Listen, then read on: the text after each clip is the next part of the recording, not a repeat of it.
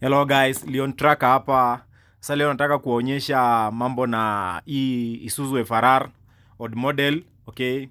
So ni gari simbo, ni gari ya gia 7, 6 za mbele, moja ya reverse zinakuja 7. So za mbele ni 6 plus reverse zinakuja gia 7. Okay? So nataka tu nionyeshe vile zinaingianga, like kupanga hizi gia ni very simple. Okay?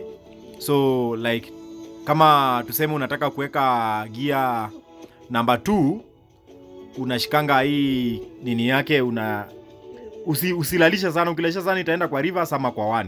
Okay? So usilalisha sana. Hapo mali nimefikisha, ukilalisha chini inakuja 1, ukipeleka mbele inaenda reverse. So kama ni number 2 usilalishe sana. Ni kidogo tu, then unasukuma hapo mbele. Like acha tu niwaonyeshe vizuri. So tuseme unataka kuweka number 2. Ni hapo tu unasukuma polepole, unasukuma mbele. Kama ni 3 kidogo tu unarudisha nyuma. Okay? Simbo tu unazisikia tu zikiingia. Number 4 mahali gia imesimamia tu, sukuma mbele. Inaingia kwa 4 straight.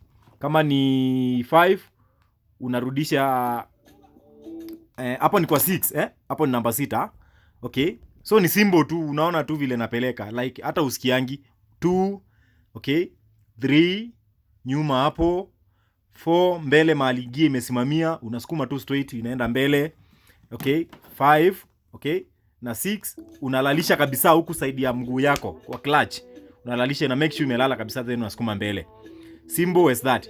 Kama ni number 1 ama reverse, unalalisha side ya conductor mwisho kabisa. Hapo mbele hiyo ni reverse, ukilalisha kabisa na usukume nyuma, hiyo ni number 1. Okay? So sio ngumu, hata unakafeel tu kakienda juu gia zake zinatumia moto.